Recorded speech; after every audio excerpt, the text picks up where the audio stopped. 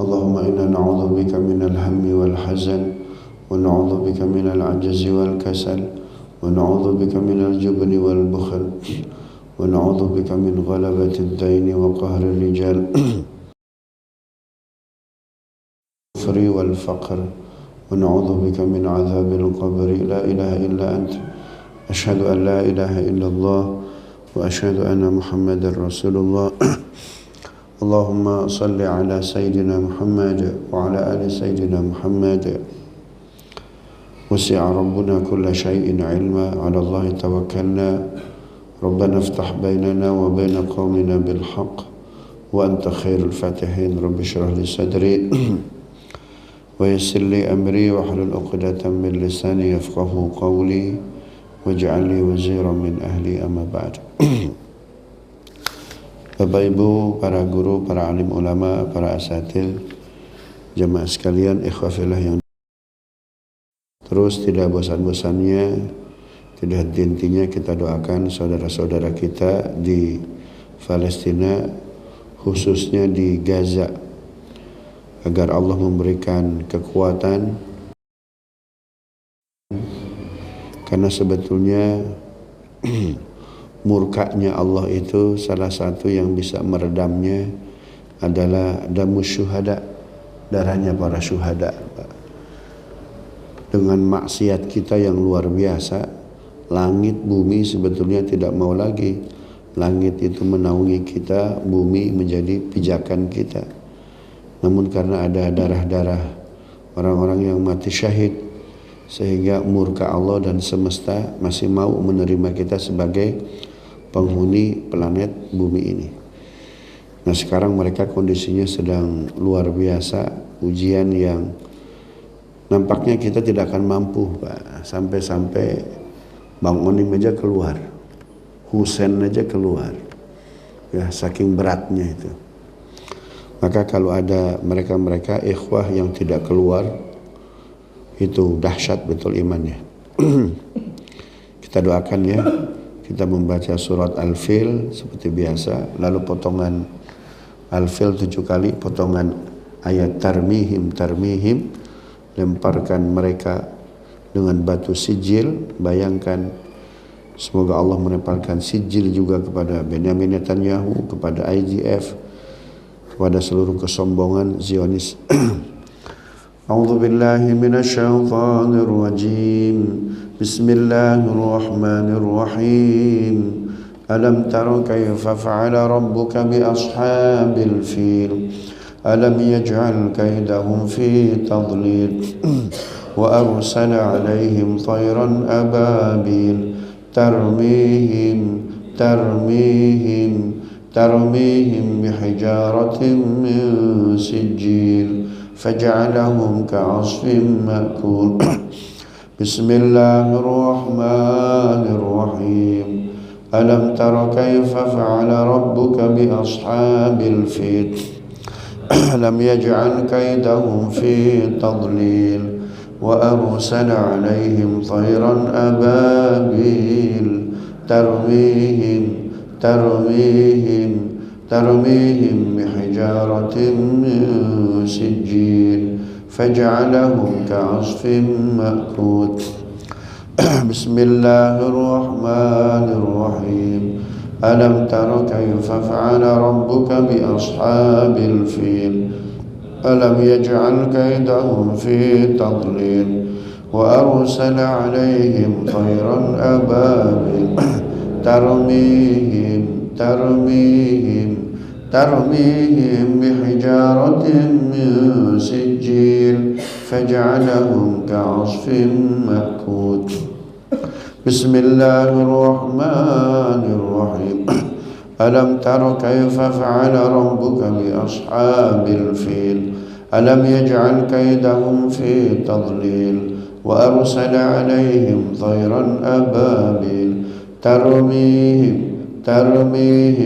tarmihim bihijaratin min sijil faj'alahum ka'asfin ma'kul. Bismillahirrahmanirrahim. Alam tara kayfa fa'ala rabbuka bi ashabil fil. ألم يجعل كيدهم في تضليل وأرسل عليهم طيرا أبابيل ترميهم بحجارة من سجيل فجعلهم كعصف مأكول بسم الله الرحمن الرحيم ألم تر كيف فعل ربك بأصحاب الفيل ألم يجعل كيدهم في تضليل وأرسل عليهم طيرا أبابيل ترميهم بحجارة من سجيل فجعلهم كعصف مأكول بسم الله الرحمن الرحيم ألم تر كيف فعل ربك بأصحاب الفيل ألم يجعل كيدهم في تضليل وأرسل عليهم طيرا أبابيل ترميهم بحجارة من سجيل فجعلهم كعصف مأكول بسم الله الرحمن الرحيم ألم تر كيف فعل ربك بأصحاب الفيل ألم يجعل كيدهم في تضليل وأرسل عليهم طيرا أبابيل ترميهم بحجارة فجعلهم كعصف مأكول اللهم صل على سيدنا محمد وعلى آل سيدنا محمد الحمد لله رب العالمين اللهم انصر إخواننا المجاهدين في فلسطين اللهم انصر إخواننا المجاهدين في غزة اللهم انصرهم نصرا عزيزا اللهم انصرهم نصرا قريبا اللهم انصرهم نصرا عظيما ya Allah.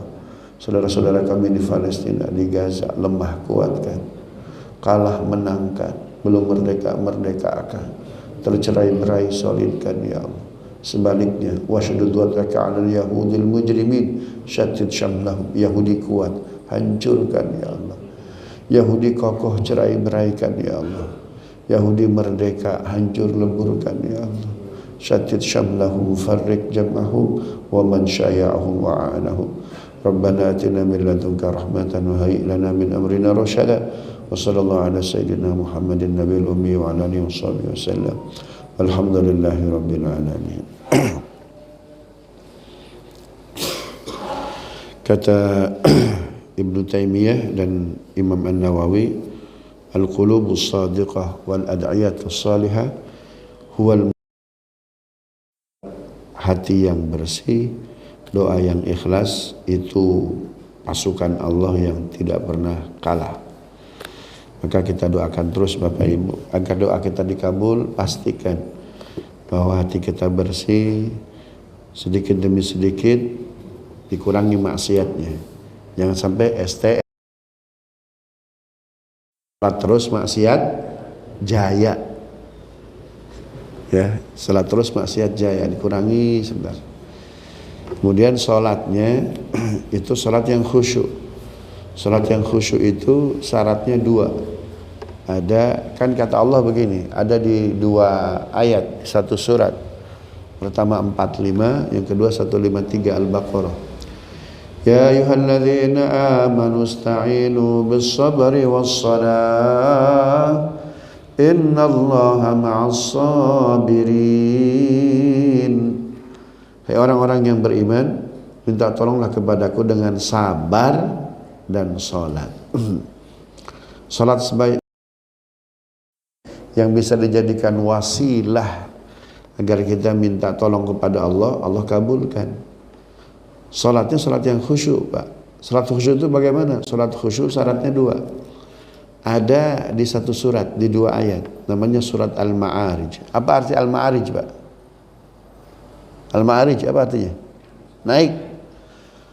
Kan kata Nabi, ya Allah, aku begitu indah melihat arash, melihat istanamu. Apakah umatku bisa merasakan apa yang aku rasakan? Oh tentu bisa. Dengan cara apa ya Rabb? Dengan cara salat. Makanya kata Nabi apa? As-salatu mi'rajul mu'minin. Salat itu mi'rajnya orang yang beriman. Nah, agar sholat kita bisa mi'raj itu Pak. Sehingga goalnya apa? Bisa dijadikan wasilah untuk meminta kepada Allah. Jadi khusyuk itu bukan sebuah proses Pak. Khusyuk itu akibat dari dua proses. Proses pertama Al-Ma'arij ayat 23. Nadif. Walladzina hum fi salatihim daimun.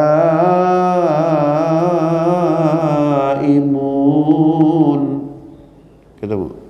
A'udzubillahi minasyaitonirrajim. Bismillahirrahmanirrahim. Mereka yang tetap setia melaksanakan sholat. Jadi untuk khusyuk syarat pertamanya sholat daim. Apa itu sholat daim? Sholat kuantitas Pak. Sehari semalam nggak boleh kurang 50 rakaat. Gitu ya. Pernah satu waktu Ali sholat zuhur, dari mulai takbiratul ihram sampai salam nggak bisa khusyuk. Selesai sholat kata Nabi nggak bakal khusyuk Ali. Kenapa Rasul? Tadi zuhurnya nggak qobliyah. Itu tuh Pak ya. Jadi coba deh dirasakan nikmatnya. Nggak usah banyak-banyak Pak. 40 hari aja coba dulu deh. Sholat 50 waktu. Di sini Bapak Ibu mainnya cuma 17 sih mainnya. Ya, coba 50 waktu Pak. Dalam Sahih Bukhari ada bab judulnya Babu Khamsina Rok'atan. Bab 50 rakaat. Mana 50 rakaat? 17 rakaat. Ya, kemudian tambah apa itu tahajud 8. Berapa? 25. Witir 3. 28. Kemudian tambah duha 12. Berapa Pak? 40. Kemudian tambah rawatib 10. Berapa? 50 tuh Pak. Gitu tuh ya. Dicoba Pak. Kalau cuma 17 rakaat karena aslinya salat ini dari Allah berapa? 50. Pembeli itu sangat senang kalau harga yang dia tawarkan pertama kali diambil oleh penjual, itu senang kalau harga yang pertama dia tawarkan kepada pembeli diambil tuh Pak. Kalau Bapak sholatnya 17 rakaat ada yang nggak khusyuk, nambelnya dari mana Pak? Hah? Kalau sholat kita nggak khusyuk di yang 17 rakaat Pak, terus ditambelnya dari mana? Dari yang sunnah, dari rawatib. Tapi kalau nggak ada rawatib, nggak ada sunnah, dari mana nambelnya? Apalagi bukan lagi nambel Pak, robeknya separuh, itu bukan nambel namanya. Ya. Mau khusyuk mau nggak khusyuk terus Pak 50 rakaat. Ya, 40 hari. Kalau nggak sanggup 40 hari ya 39 hari 23 jam lah Pak. Ya, coba Pak 40 hari itu nggak putus-putus. Oh, kalau ibu-ibu bagaimana nih kena kehalang haid? Ya, coba dulu waktu sucinya. Coba 50 hari Pak. Kenapa? Karena pejuang Palestina Hamas itu mainnya di 70 rakaat Pak. Dari mana 70-nya? Mereka tambahkan qobliyah zuhurnya 4, ba'diyah zuhurnya 4, qobliyah asarnya 4. Jadi dia main yang berapa? 16 rakaat. Hajatnya 4, tasbihnya 4. Ya. Kemudian witirnya 11. Kalau kita witirnya berapa? 3. Dia witirnya berapa? 11. Jadi dia tahajudnya 8, witirnya 11. Tuh, padahal lagi perang. Bapak perang sama siapa Pak di sini?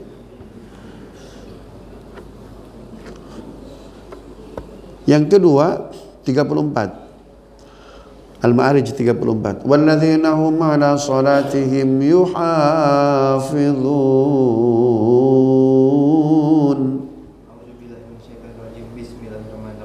Dan orang-orang yang memelihara sholat. Orang-orang yang memelihara sholatnya, yang disebut dengan sholat kualitas, tuh Pak. Ya, sholat zuhur kita khusyuk jika antara subuh zuhur nggak ada maksiat Pak. Ya, salat asar kita khusyuk jika antara zuhur dan asar nggak ada maksiat, Pak. Paling tidak dimulai dari kuantitas dulu lah, Pak tuh. Nanti dengan sendirinya kualitas berjalan. Subhanallah, dikasih oleh Allah rasa takut, rasa takut, rasa takut. Nah, kalau sudah daimun, kalau sudah yuhafidhun, kalau sudah sholat kualitas 50 rakaat, kalau sudah sholat kuantitas 50 rakaat, kalau sudah sholat kualitas yuhafidhun, baru Allah kasih Al-Mu'minun ayat 1 ayat 2. Qad aflahal mu'minun alladzina hum fi salatihim khashi'un. Jadi khusyuk itu akibat dari sebuah proses daimun, salat kuantitas, proses yuhafizun, salat kualitas. Jadi kalau kata Imam An-Nawawi, Bapak berat, mustahil, Pak. Nggak bisa khusyuk main di 17 rakaat, nggak bisa. Main di 20 aja enggak, begitu. Gitu tuh ya. Baik, kita lanjut, masih bab fitnah. Sekarang kita masuk fitnah 22, 23, 24. Dari 27 fitnah. Fitnah yang terakhir keluarnya siapa, Pak? Dajjal, bapaknya Yahudi. Kenapa bapaknya turun, Pak? Karena pamannya nggak bisa jagain. Karena pamannya nggak bisa jagain. Siapa pamannya namanya, Pak? Paman Sam. Sekarang sudah ada paman yang nggak bisa jagain ponakan. Babu la taqumu sa'atu hatta yughbatu 'alul kubur. Bab fitnah yang menjelaskan kiamat tidak akan terjadi hingga ahlul kubur itu dicemburui. Orang yang meninggal duluan, ya, kita cemburu kepadanya. Enak betul dia udah wafat. Subhanallah.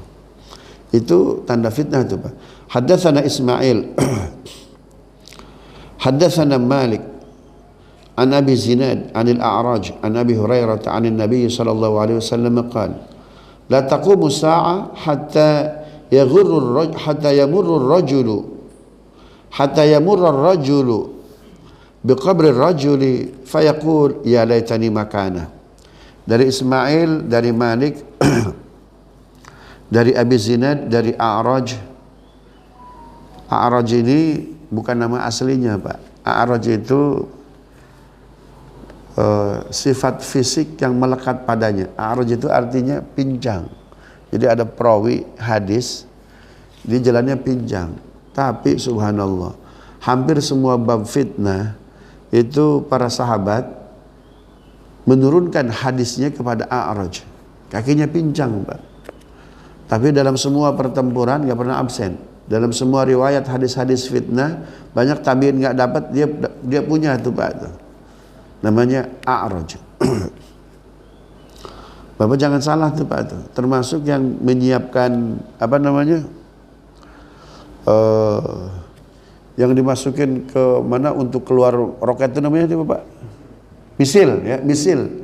Itu rata-rata 20% itu yang punya kebutuhan khusus tuh, Pak. Ya, yang punya kebutuhan khusus. Luar biasa itu. Ya, nama aslinya Suhail bin Wahab. A'raj ini, Suhail bin Wahab. Dipanggilnya A'raj. Kalau di kita, wah itu udah body shaming tuh ya. Istilahnya apa itu? Body shaming tuh apa ya?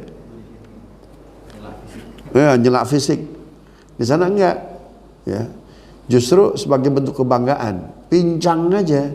Hadisnya banyak betul, riwayatnya banyak betul, ibadahnya luar biasa. Lah ente sehat, mana hadisnya, mana ibadahnya? Subhanallah.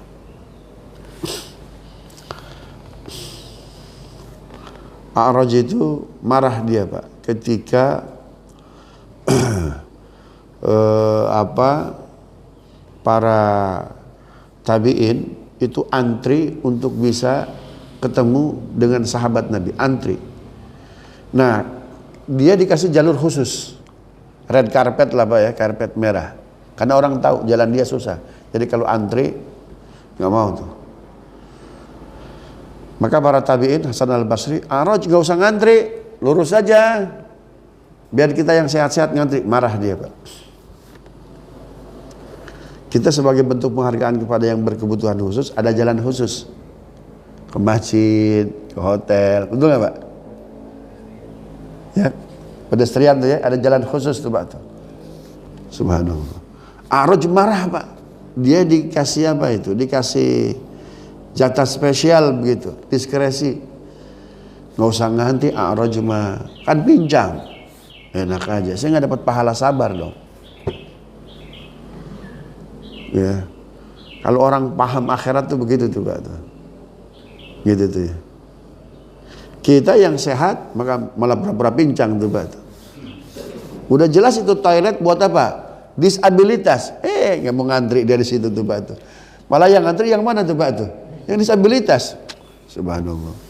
Ada kejadian tuh Pak. Ya, di Indonesia, di Jakarta sini. Nggak mau ngantri dia. Akhirnya, ini kan kosong ini. Apa yang terjadi? Di toilet jatuh dia. Pas keluar nggak bisa jalan Pak. Jadi disabilitas tuh. Ya, jangan suka mengambil hak yang bukan hak kita tuh Pak. Termasuk penggunaan toilet tuh ya. Tapi kalau A'raj lain, dia nggak mau antri itu Pak. Apa? Dia nggak mau apa? Nggak mau dikasih jatah khusus. Nggak usah ngantri, nggak boleh. Saya nggak dapat pahala sabar dong. Anil A'raj an Abi Hurairah radhiyallahu anhu, dari Abi Hurairah dari Nabi sallallahu alaihi wasallam, beliau bersabda. Saya ngomong agak sakit nih Pak nih. Kayak nelen apa itu? Biji salak begitu ya. Saya nggak tahu nelen apa ini, peluru Zionis atau apa nih Pak ini. La taqumu sa'ah, kata Nabi, kiamat tidak akan terjadi hatta yamurrar rajulu, hingga seorang laki-laki lewat biqabri rajul, makam seseorang, fayaqul, lalu dia berkata, ya laitani makana, enak betul ya kalau saya udah wafat. Kenapa? Menghadapi kehidupan berat betul hari ini. Ya, menghadapi kehidupan berat betul hari ini. Subhanallah. Sehingga kita dipaksa harus mengiyahkan kebohongan. Betul nggak? Harus membenarkan kesalahan itu Pak. Sampai kepada situasi semacam ini Pak, berat betul. Apalagi kita ada di Aqsa, waduh, nggak kebayang. Apalagi kita ada di Gaza, nggak kebayang tuh Pak. Yang enak itu orang-orang yang dulu para pahlawan istiqomah berjuang. Coba, semacam Imam Syafi'i Pak, meninggal itu dapat nikmat kubur Pak, nggak perlu nunggu hari kiamat itu, betul nggak? Tapi model Fir'aun itu udah bak big bob tuh Pak, Namrud itu ya. Namrud sombong, tapi matinya mengenaskan. Bagaimana matinya dia Pak? Hah? Raja Namrud. Matinya dia apa? Digigit nyamuk. Subhanallah. Ya, digigit nyamuk nih. Coba orang-orang jahat yang meninggal puluhan tahun, ratusan tahun, ribuan tahun yang lalu, harus nunggu hari kiamat tuh Pak. Waduh, berat betul ya Allah. Tapi para ulama ya, Buya Hamka, subhanallah. Orang Pak, walaupun di penjara, tapi dia tidak salah. Orang jahat sendiri tahu. Nanti kalau saya meninggal, tolong beliau yang ngimamin ya. Siapa itu?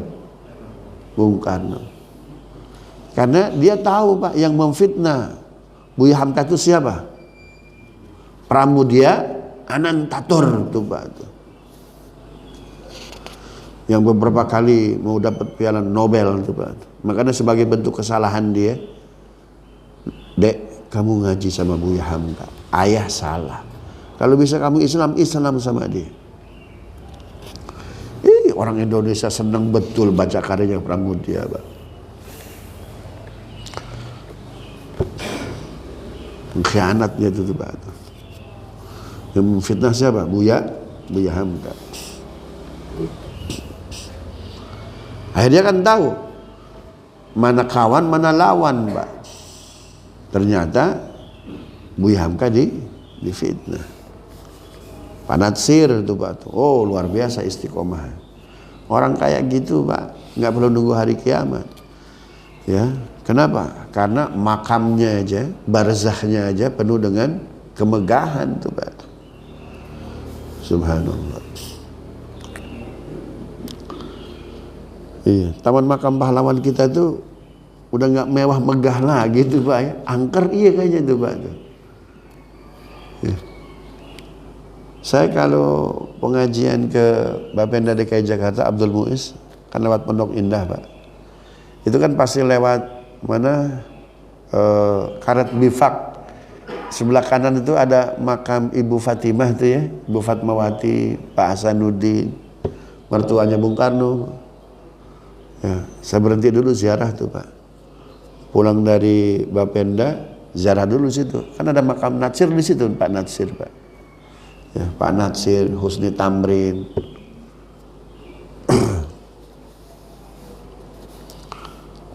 Kalau saya ke Tanah Kusir, saya berhenti ziarah ke makam Buya Hamka, kan di situ Buya Hamka.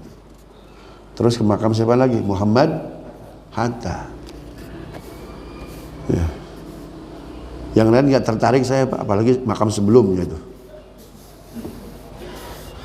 Yang gede-gede itu Pak. Subhanallah. Ziarah Pak. Kata Nabi, kalau kita berlalu di makam muslim yang baik, berhentilah. Tapi sebaliknya ketika kau lewat makam orang-orang yang kufur kepada Allah, percepat langkah kakimu. Kenapa? Mereka sedang diazab, jangan sampai kena kita Pak. Gitu tuh ya. Babu taghayyuriz zaman hatta ya'budul awthan. Ini fitnah yang kedua-dua. Fitnah yang ke-23, zaman berubah, orang kembali menyembah patung, Pak. Walaupun patung gak disembah, paling tidak dibikin dulu lah, Pak. Disiapkan dulu tuh. Haddatsana Abul Yaman, akhbarana Syu'aib an az-Zuhri qala qala Sa'id bin Musayyab akhbarani Abu Hurairah radhiyallahu anhu anna Rasulullah sallallahu alaihi wasallam qala la taqumu as-sa'ah hatta tadharibu aliyatu nisa'id daus ala dhil khalasah wa dhul khalasati taghiyatu daus allati kanu ya'buduna fil jahiliyah. Hadatsana Abu Yaman, dari Abu Yaman, dari Syu'aib, dari Zuhri, dari Sa'id bin Musayyab, dari Abu Hurairah. Tuh semua perawi hadis-hadis fitnah, perawinya siapa? Abu Hurairah. Kenapa? Karena dia pandai orang yang menjaga rahasia, Pak. Enggak semua orang yang dekat dengan Nabi itu mendapat riwayat hadis-hadis fitnah. Dari 27 fitnah, all 100% perawinya Abu Hurairah. Kenapa? Dia pandai menjaga rahasia. Jangan seperti Muhammad Dahlan, Pak. Siapa Muhammad Dahlan? Ketika Hamas menang pemilu 2006, tapi di embargo, diboikot, nggak diakui kemenangan Hamas oleh Amerika. Bagaimana kok pemenang pemilu tapi teroris, kata siapa itu? Kata Amerika. Akhirnya dibekukan. Amerika hanya mengakui pemerintahan tepi barat yang dipimpin oleh Fatah, Pak. Maka Mahmud Abbas Abu Mazin jadi apa? Jadi presidennya. Nah, Hamas hanya menguasai daerah West Bank, daerah Gaza, ya, jalur Gaza.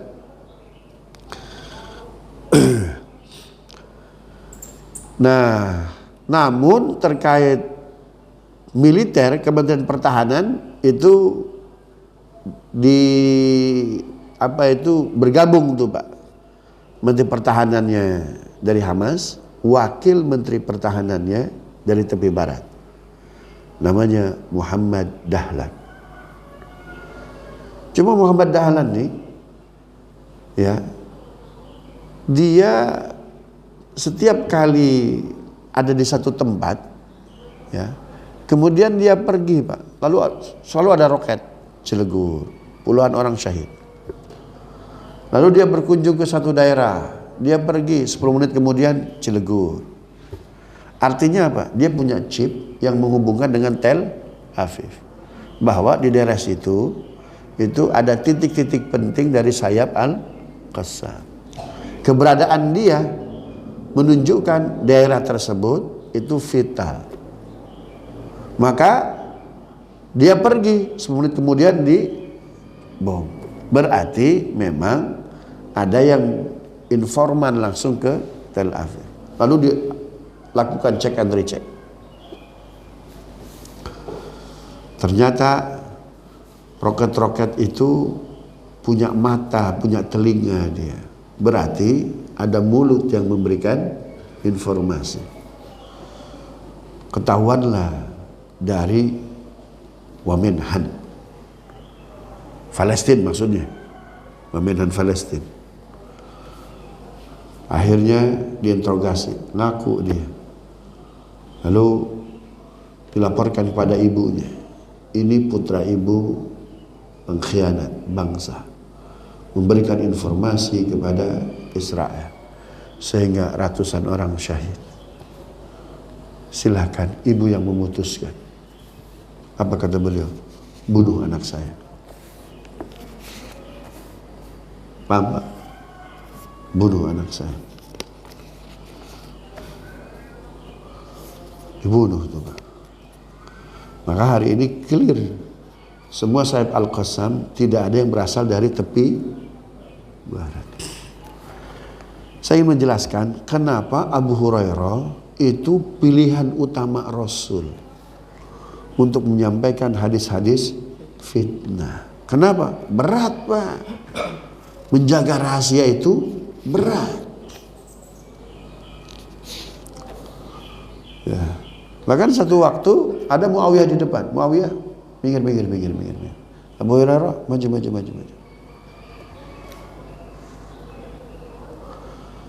Semua sahabat baik, semua orang baik Pak. Tapi belum tentu ada yang tahan ujian, betul nggak? Ada yang tahan godaan, ada yang tahan tempaan, belum tentu Pak. Maka pilihan utama Rasul hadis-hadis fitnah Abu Hurairah. Ya, Abu Hurairah.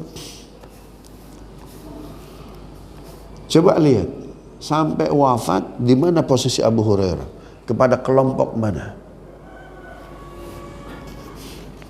Gitu ya.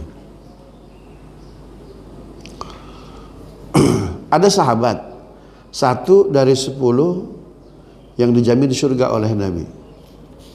Namanya Sa'ad bin Abi Waqqas. Tapi dia punya anak Pak, itu jadi musuh cucunya Nabi. Bahkan menjadi wasilah terbunuhnya cucunya Nabi. Siapa dia? Umar bin Sa'ad.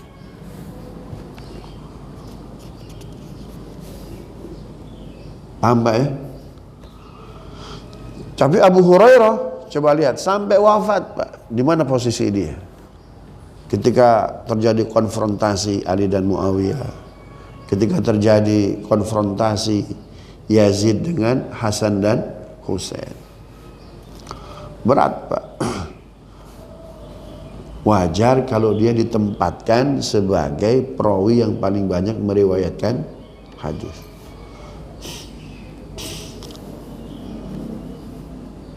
Umar itu kalau ada Abu Hurairah diem aja Pak. Kenapa? Dia yang paling banyak hadisnya katanya. Ya.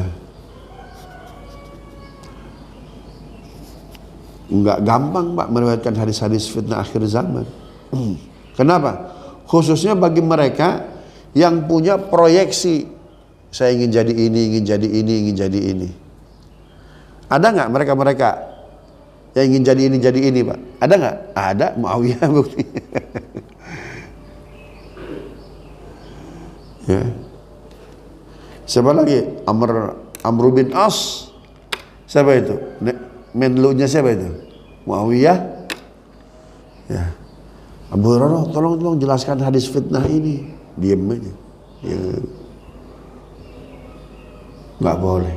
Hingga satu waktu yang Nabi jelaskan, saya boleh menjelaskan. Tapi kalau tidak ada tanda-tanda itu, saya nggak boleh menjelaskan. Berat Pak. Subhanallah. Nah, kita Indonesia butuh Pak orang-orang kayak Abu Hurairah. Jangan sampai kejadian si padan ligitan muncul yang kedua kali, hilang tuh Pak. Betul nggak? Subhanallah.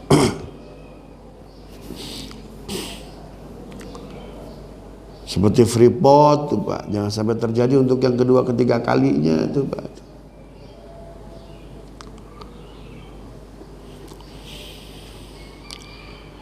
Ketika Ibunda Aisyah wafat, siapa yang menjadi imam sholatnya Pak?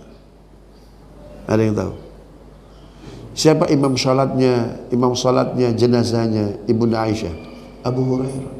Kalau aku wafat, aku minta Abu Hurairah yang mensolatkan jenazahku. Kenapa? Dia orang yang pandai menjaga rahasia dan yang paling banyak diberikan hadis oleh Rasulullah. Bukan hanya banyak ilmunya Pak, tapi menjaga rahasianya luar biasa. Kita terkadang ember Pak.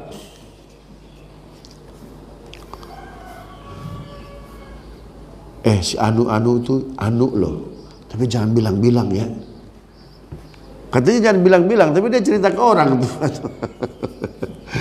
Subhanallah. Dari Abi Hurairah dari Nabi SAW, kata Nabi, la taqumus sa'ah, kiamat tidak akan terjadi hatta tattaribu aliyatu nisa'id daus, hingga perempuan-perempuan tua itu banyak gaya Pak. Ya, hingga perempuan-perempuan tua banyak gaya. Coba lihat ntar nih pada subuhan enggak, olahraganya luar biasa tuh Pak itu. Ya kalau subuhan dulu nggak apa-apa tuh Pak ya. Di subhanallah ini udah pakai gincu, ya roknya di atas dengkul tuh Pak. Ya. Kemudian bawa anjing tuh Pak tuh. Itu tuh tanda-tanda kiamat benar tuh Pak tuh. Subhanallah. Boleh nggak olahraga? Boleh, harus. Tapi sholat subuh dulu. Ya, sholat subuh dulu. Auratnya ditutup. Ya. Ini kan kulitnya ditarik itu dari Cinere sampai Senen tuh ketarik tuh Pak tuh. Ya. Itu kata Nabi, kiamat nggak akan terjadi hingga perempuan-perempuan tua banyak gaya Pak. Subhanallah. Kerasa nggak sekarang kira-kira Pak? Kerasa nggak? Subhanallah.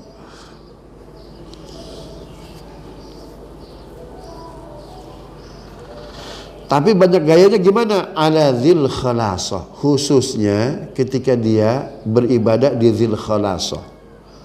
Apa maksudnya? Wa dzul khalasati taghiyatud dus. Dzul khalasah itu tempat ibadah seperti Ka'bah yang ada di Yaman.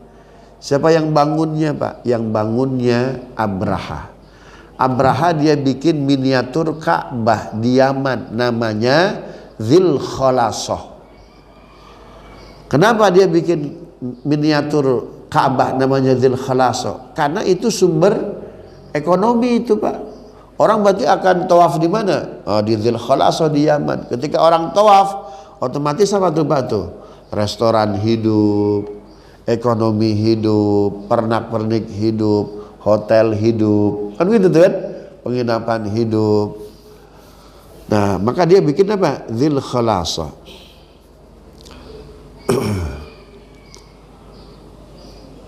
Jadi nanti tanda hari kiamat perempuan banyak gaya, kemudian di masjid-masjid ya mereka lebih banyak menyanyi ketimbang beribadahnya tuh Pak. Itu tanda-tanda hari kiamat tuh Pak. Kalau sekarang kayak gimana contohnya Bapak Ibu ya? Jadi ke masjid mungkin hanya sekedar bikin baju seragam kali itu ya. Bikin baju seragam boleh nggak? Boleh begitu. Tapi lebih banyak unsur yang bukan utamanya ketimbang unsur utamanya. Kemarin saya ngisi Maulid Nabi di salah satu daerah di mana di Jakarta Timur. Ya. Itu paduan suaranya ibu-ibu. Ya.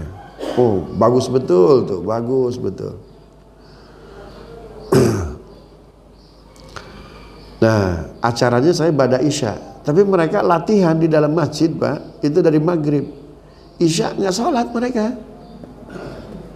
Ya, Isya nggak sholat. Saya bilang, itu apa nggak bisa diberhentikan dulu? Wah, nggak berani, Pak. Itu istri-istri jenderal katanya. Ya, tapi kan ini waktu Isya. Ya mereka latihan, Pak Ustadz.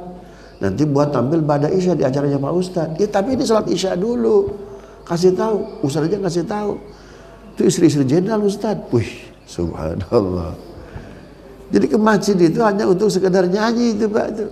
Nyanyinya bagus. Ya Allah, ya Rahman, ya Rahim, ya Malik. Bagus, Pak itu. Ya. Tapi nggak sholat tuh, gimana itu? Coba, subhanallah. Al-Anfal 35. Maka salatuhum 'indal baiti illa muka'an wa tasliyah. Fadhuqul adzaba bima kuntum taksibun.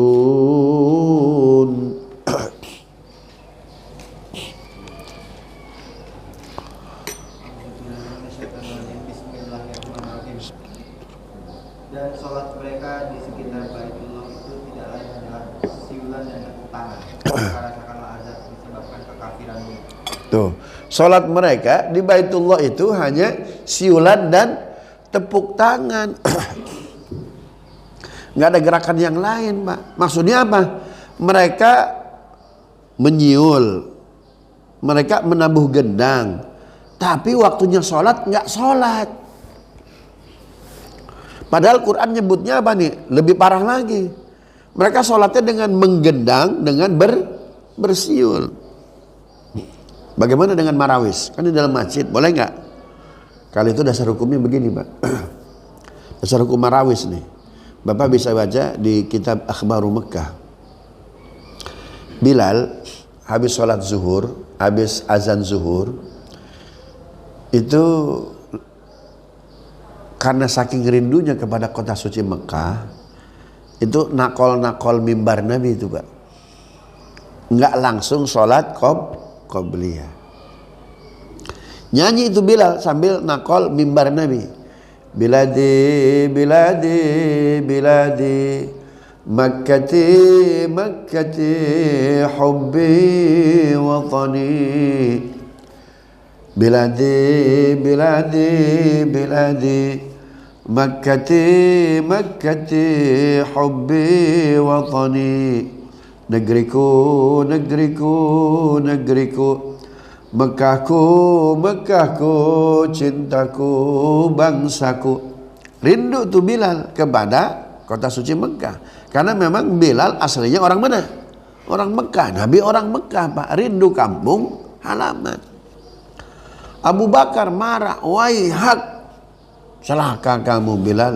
Fil masjid tughanni, di masjid bernyanyi. Apalagi belum sholat apa? Qobliyah. Abu Bakar itu, Pak, jarang marah. Maka dimarahin sama orang yang jarang marah. Lebih sakit mana dengan dimarahin orang yang suka marah, Pak? Jarang marah, Pak. Makanya dulu ada ASN Pemda DKI dimarahin sama beliau, nggak marah tuh, Pak. Karena beliau memang karakternya apa? Suka marah tuh, Pak. Ini Abu Bakar nggak pernah marah. Marah, Pak. Nyelekit betul. Nabi langsung mendatangi Abu Bakar. Ya Abu Bakrin, utsrukhu yughanni. Wahai Abu Bakar, biarkan Bilal menyanyi. Innahu asyiqul watan. Dia merindukan tanah air. Paham nggak? Itu hadis apa tuh, Pak? Dasar apa tuh? Marawis tuh, Pak tuh. Jadi nyanyinya boleh tuh, Pak. Yang mempertebal kebangsaan, nasionalisme, apalagi terkait apa? Terkait nasyid, agama. Yang nggak boleh itu nakol-nakol, no comment. Lagunya lagu no comment tuh, itu nggak boleh tuh, Pak tuh. Subhanallah. Nah, sedangkan Al-Anfal 35 dia jadi semua rangkaian ibadah di Baitullah diganti dengan cara apa? Bersiul dan berdendang. Bahkan dia datang ke Baitullah itu hanya untuk berdendang. Utamanya enggak. Makanya kemarin saya nanya, ini kan udah waktunya Isya, paling tidak hormatilah kita sholat. Enggak berani Ustaz, itu istri para jenderal. Saya nggak langsung nasehatin, Mbak. Saya datengin jenderalnya. Yang mana jenderalnya? Saya bilang, ya itu tuh Ustaz. Ya. Pak, mohon maaf Pak, ini kita mau sholat berjamaah, bisa berhenti dulu? Oh bisa Ustaz. Oh bisa Pak. Kasih tahu aja jenderalnya Pak. Paham nggak? Anak buah ngikutin tuh Pak tuh. Maka ketika kita jadi pucuk pimpinan soleh Pak, lalu kesolehan kita diikuti oleh yang bawah, pahalanya gede betul Pak. Tapi ketika kita jadi pucuk pimpinan jahat Pak, kejahatan kita diikuti oleh bawahan kita, waduh double juga. Maka kata Nabi apa? Man sanna sunnatan hasanatan falahu ajruha wa ajru man amila biha. Orang yang melakukan tradisi baik lalu diikuti oleh orang lain, maka pahalanya baginya juga bagi orang-orang yang melaksanakan, dapat juga orang-orang yang mempeloporinya. Dulu ada Kapolri baik Pak, dengan segala kekurangan kelebihannya, namanya Pak Timur Pradopo. Saya cukup akrab dengan beliau. Itu setiap setengah jam sebelum waktu sholat Pak, dia udah standby di masjid. Kira-kira bintang 3, bintang 2, bintang 1, apalagi aib tu aib da, aib puan, aib sani itu Pak tuh. Itu kira-kira ikut nggak tuh Pak? Ikut dia. Ya, ikut dia tuh Pak.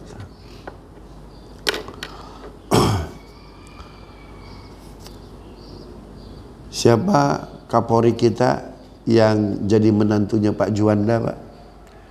Sempat jadi dubes di Berlin, sempat jadi menteri tenaga kerja. Yang umurnya panjang tuh 90 tahunan, siapa namanya?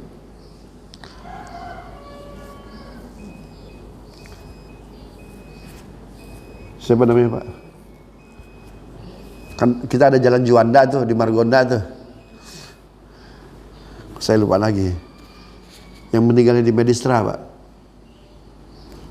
Dia sempat jadi menteri tenaga kerja. Dia sempat jadi duta besar RI di Berlin. Awaludin Jamin. Awaludin Jamin. Beliau yang minta saya jadi ketua program studi S2 ilmu kepolisian. Ceritanya saya jadi khatib Jumat di PT IKA. Saya cerita tentang hak-hak sivik dalam Islam. Apakah Islam mengenal kepolisian atau tidak? Saya cerita itu tuh Pak. Saya menjelaskan kitab Al-Ahkam As-Sultaniyah, hukum ketatanegaraan dalam Islam. Selesai khutbah, you dosen atau sekedar ustad? Kata beliau tuh Pak tuh. Memangnya kenapa Pak Jenderal? Saya tertarik dengan khutbah Anda tadi. Saya bilang, saya dosen UI. Saya bilang, you tak angkat ya jadi Kapolri ilmu kepolisian. Kata beliau begitu tuh Pak. Akhirnya saya jadi Kapolri ilmu kepolisian di UI dan di PT IKA. Ngobrol lah panjang lebar sampai kepada hal-hal yang sifatnya keagamaan. Terus beliau nanya, kalau saya mati muta ahli, saya ahli surga ahli neraka. Wah, pertanyaan berat tuh Pak. Saya jawab begini, Pak Jenderal sholat enggak? Berat jawabnya. Saya pun berat menjawabnya Pak Jenderal, saya bilang. Paling tidak Bapak sholat. Pak Jenderal sholat. Karena kata Nabi, yang pertama kali dihisab oleh Allah dari seorang hamba adalah sholat. Baik amal sholat, baik keseluruhan amal ibadah yang lain. Oh, tapi saya punya anak yatim banyak, Ustaz. Saya kasih banyak beasiswa. Walaupun saya nggak sholat, saya banyak anak yatim. Saya banyak kasih beasiswa. Amal Bapak banyak. Banyak segudang. Tapi kan untuk membuka itu perlu kuncinya. Perlu passwordnya. Kuncinya itu namanya apa? Sholat. Paham, Pak? Kalau Bapak sholat, yang lain ikut sholat. Subhanallah. Jadi Bapak Ibu, maksudnya kalau ada kesempatan bicara sama elit, ya, dekat sama elit, manfaatkan buat dakwah itu. Jangan meneng baik, Pak. Jangan takut. Manfaatkan buat dakwah. Urusan dia nerima atau enggak itu urusan nomor 70, Pak. Tapi tentu dengan bahasa, kedekatan, komunikasi yang baik, kan begitu. Bagaimana caranya? Buat dia butuh kepada kita. Gitu, Pak, ya. Buat dia butuh kepada kita. Paling tidak urusan ilmu, urusan hospitality, ketenangan. Jadi ketika ketemu sama orang, orang tersebut berpengaruh, jangan diam.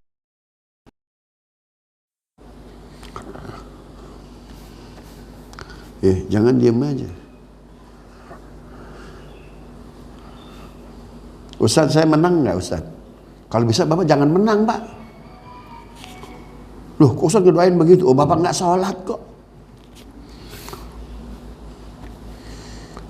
Pergi dia gitu aja tuh, Pak. Ustaz, saya menang nggak? Kalau bisa Bapak jangan menang, Pak. Coba ngomong gitu berat nggak tuh, Pak? Kalau bisa Bapak, kenapa? Ya, Bapak nggak sholat.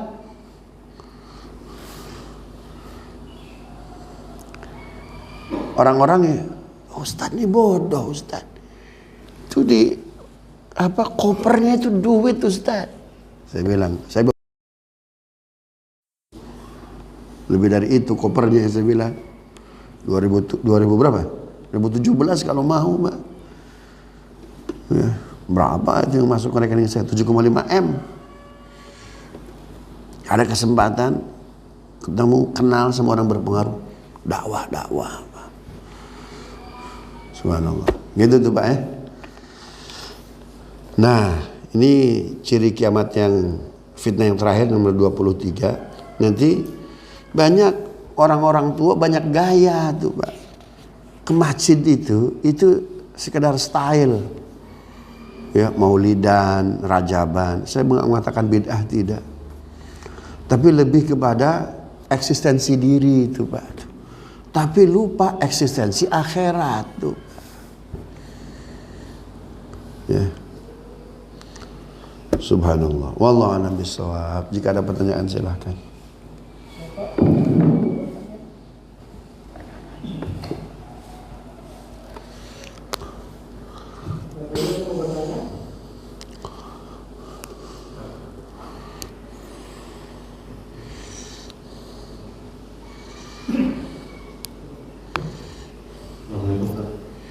Assalamualaikum. Apakah artinya ada hadis-hadis yang masih beliau belum sampaikan atau sudah semua dipegang oleh beliau? Waalaikumsalam warahmatullahi wabarakatuh. Dengan dituangkannya oleh Imam Bukhari, berarti sudah tidak ada yang rahasia lagi. Ya. Karena 27 fitnah dalam Sahih Bukhari ini sudah dikeluarkan semuanya oleh beliau. Sampai wafat ada non Abu Hurairah. Itu yang bisa menjaga rahasia dan tidak terbongkar sampai beliau wafat. Siapa? Hudzaifah ibnul Yaman. Yang diamanati oleh Nabi mencatat nama-nama orang sampai wafat nggak tahu, Pak, orang, Pak. Cuma nomor satu siapa? Abdullah bin Ubay bin Salul. Itu nomor satu. Udah nomor satu doang. Ya, selebihnya 2, 3, 4, 5 sampai 70 nggak ada yang tahu. Tapi kalau hadis fitnah dikeluarkan semua oleh Abu Hurairah. Ketika aku wafat gitu tuh, maka ceritakanlah. Diceritakan semua oleh siapa? Oleh Abu Hurairah. Jadi tidak ada yang rahasia lagi. Gitu tuh ya. Ada lagi yang rahasia pada masa Nabi. Tapi setelah Nabi wafat diceritakan. Hadis mana? Hadis 218 Sahih Bukhari. Nabi dengan Mu'adz bin Jabal naik unta bersama. Kata Nabi, ya Mu'adz, madza haqqullahi 'alal ibad? Apa hak Allah yang menjadi kewajiban hamba? Allah wa Rasuluhu a'lam. Allah dan Rasulnya lebih tahu. Terus kata Nabi, hak Allah yang menjadi kewajiban hamba, an ta'budallaha wa la tusyriku bihi syai'a. Kalian menyembah Allah dan tidak menyekutukannya. Itu kewajiban kita, hak yang harus diterima oleh Allah. Baik Mu'adz, sekarang pertanyaan kedua. Tahu nggak apa yang menjadi hak hamba, kewajiban bagi Allah? Allah wa Rasuluhu a'lam. Allah dan Rasulnya lebih tahu. Apa kata Nabi?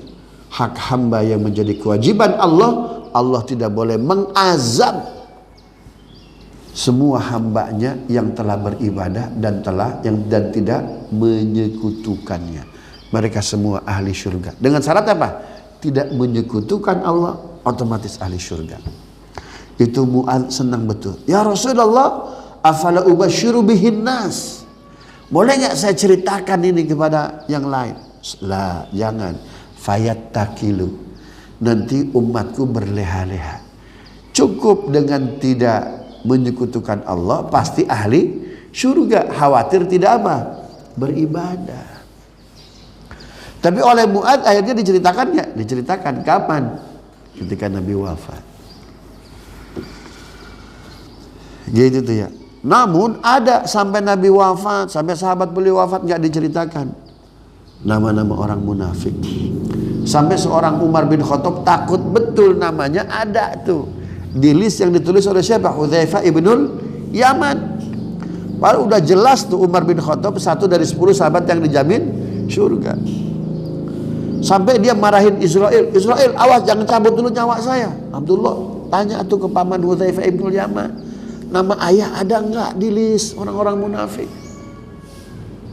Datang Abdullah, paman, nama ayahku ada enggak di list orang munafik? Subhanallah, itu Hudzaifah ibnul Yaman, Pak, enggak ngejawab lagi tuh, Pak. Coba itu, enggak ngejawab tuh. Ya, enggak ngejawab. Kenapa? Kenapa enggak ngejawab, Pak? Padahal beliau tahu. Karena beliau enggak mau membacanya. Dan tidak mau hafalnya, Pak. Paham nggak? Jadi hanya mencatat, tidak menghafal. Kalau kita, Pak, rahasia ya, kita baca dulu, kita hafal. Kalaupun hilang, sudah apa tuh? Sudah hafal. Kalau hafal, khawatir apa? Timbul rasa dengki. Dasar munafik. Dasar munafik. Paham nggak, Pak? Makanya ayahku ada nggak di list itu? Nggak ngejawab tuh, Pak. Aku nggak tahu. Orang dia ditulis saja, setelah itu nggak dihafal, Pak. Subhanallah. Coba tuh, Pak. Walaupun pas pulang, ya kata Hudzaifah ibnul Yaman, dia itu tangannya tuh, Pak. Kalau nggak salah nggak ada. Kalau nggak salah coba tuh, Pak.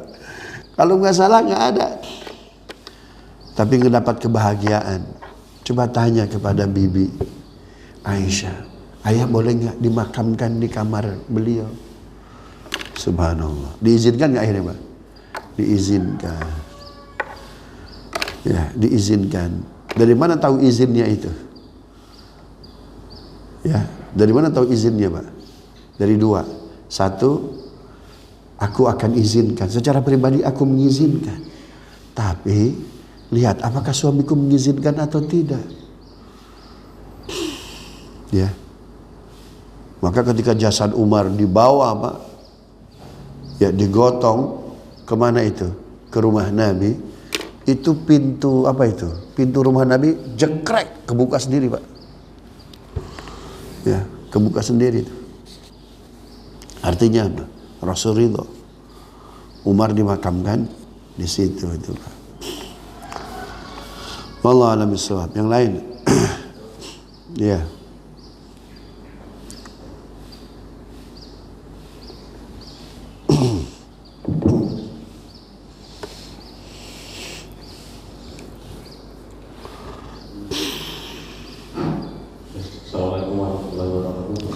Assalamualaikum warahmatullahi wabarakatuh. Dalam hal sholat Ustaz, tadi disampaikan di awal tentang sholat itu sebenarnya 50 bukan lebih.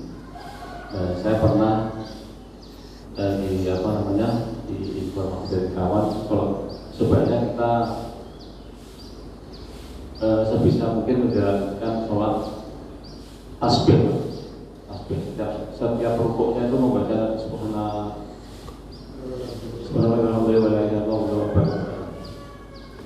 saya melakukan itu.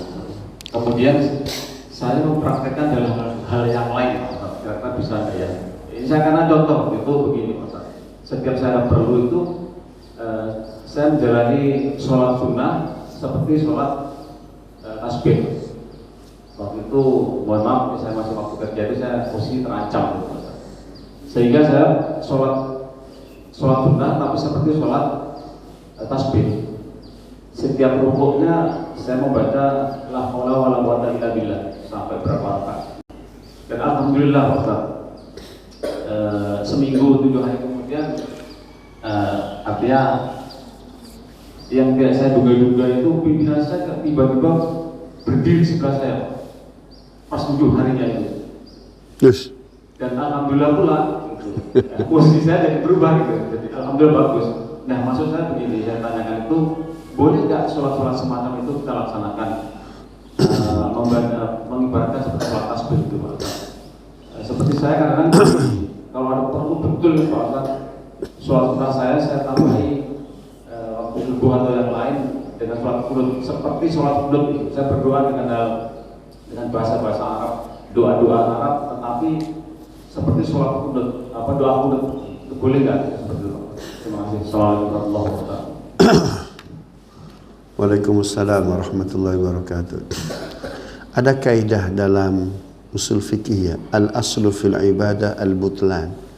Asal melaksanakan ibadah itu hukumnya batil, dilarang.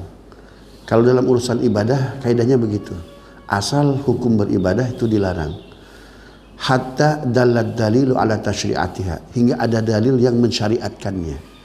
Beda dengan kaidah muamalah. Al-aslu fil muamalah al-ibahah. Asal hukum bermuamalah itu boleh hingga ada dalil yang mengharamkannya. Paham ya? Nah, beribadah itu udah jelas kapannya, bagaimananya, berapanya, jumlahnya. Paham ya? Jadi nggak ada istilah kreasi dalam beribadah. Ah, ini biar saya sekalian olahraga, maka subuhnya 8 rakaat, bisa nggak? Gitu tuh ya. Tapi kalau kunut di 5 waktu itu boleh. Ya, boleh. Kenapa? Karena Nabi pernah melakukan. Qanata Rasulullah sallallahu alaihi wasallam as-salawatil khamsa. Nabi sallallahu alaihi wasallam kunut di 5 waktu. Boleh. Kan begitu.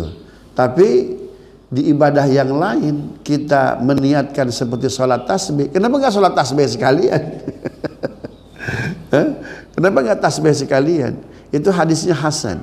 Nabi cerita kepada pamannya Abbas bin Abdul Muttalib. Paman, mau nggak paman dikasih kemegahan batin yang luar biasa? Paman diberikan ketenangan dan paman dijauhkan dari api neraka. Mau sekali Muhammad. Laksanakan 4 rakaat pamannya. Ya, di setiap rakaat paman membaca tasbih 75 kali. Jadi semuanya berapa 4 rakaat itu? 300. Pas 300 tuh.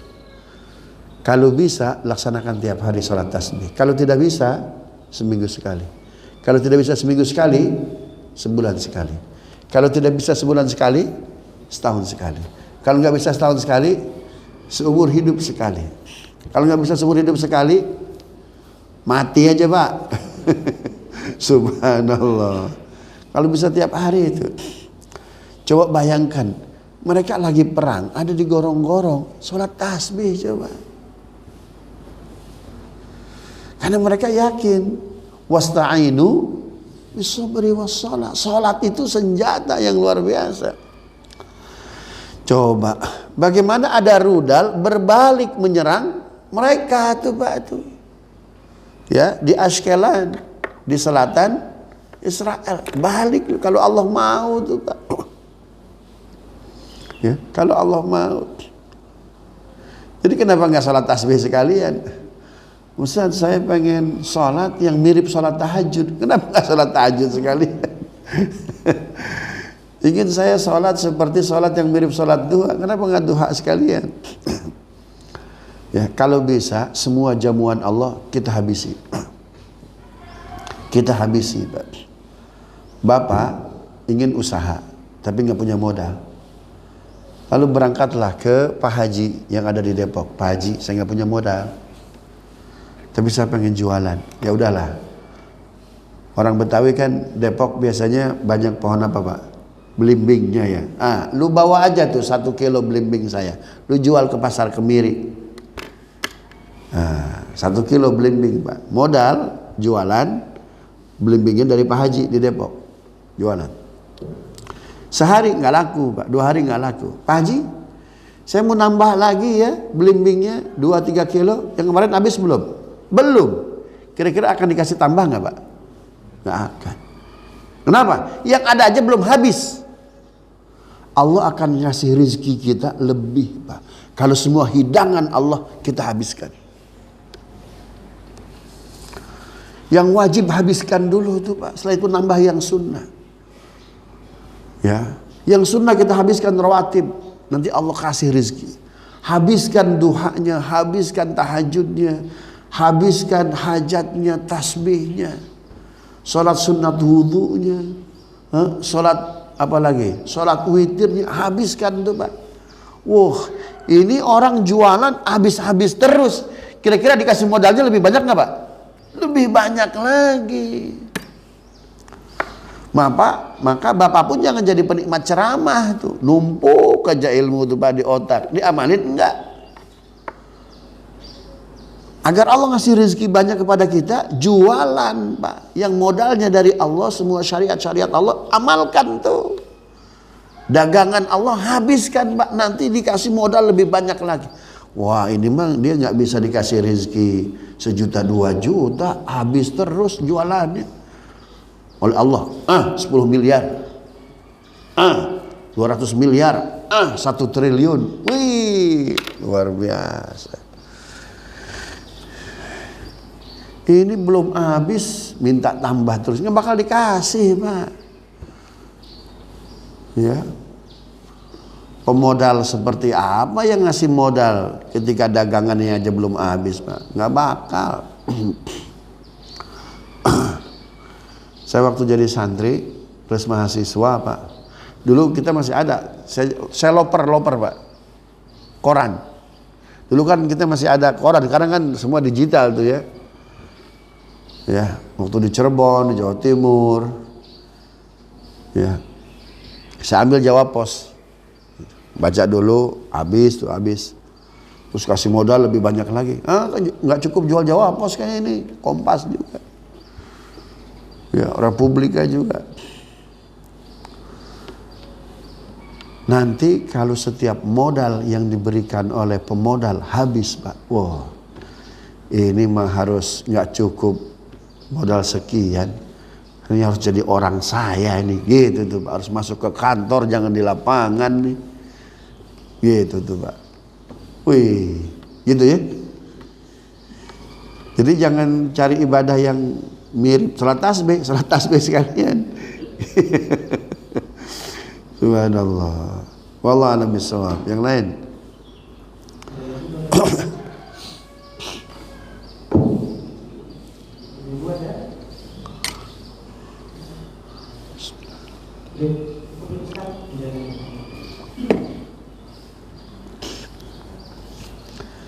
Astaghfirullahaladzim. Allahumma salli ala Sayyidina Muhammad wa ala ali Sayyidina Muhammad. Ya Allah, Al-Quran yang kami baca, hadis yang kami sampaikan, surah Nabawi yang kami jelaskan, sampaikan pahalanya kepada orang tua kami, guru-guru kami, jamaah kami khususnya yang sudah wafat mendahului kami. Orang tua antum 10 detik.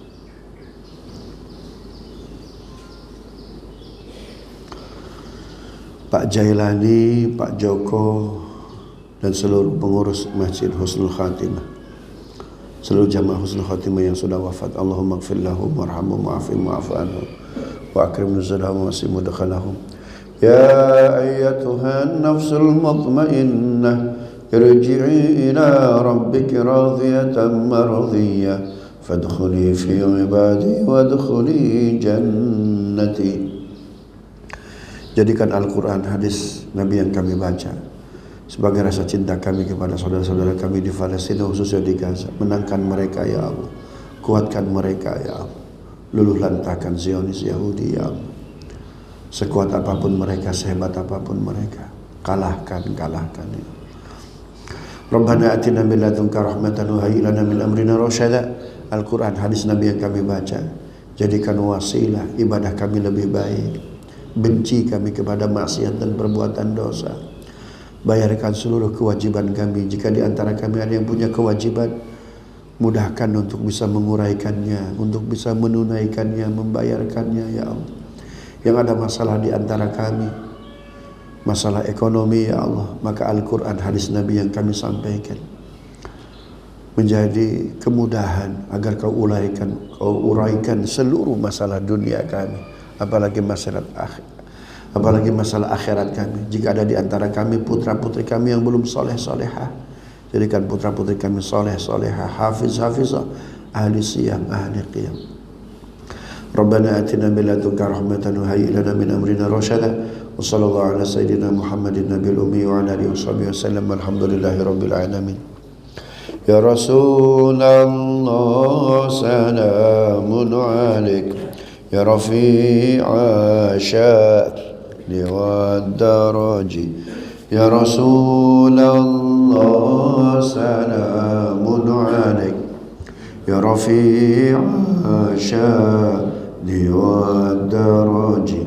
Atfatay ya jiratal alamin ya uhailal judi wal karam. Subhanallah.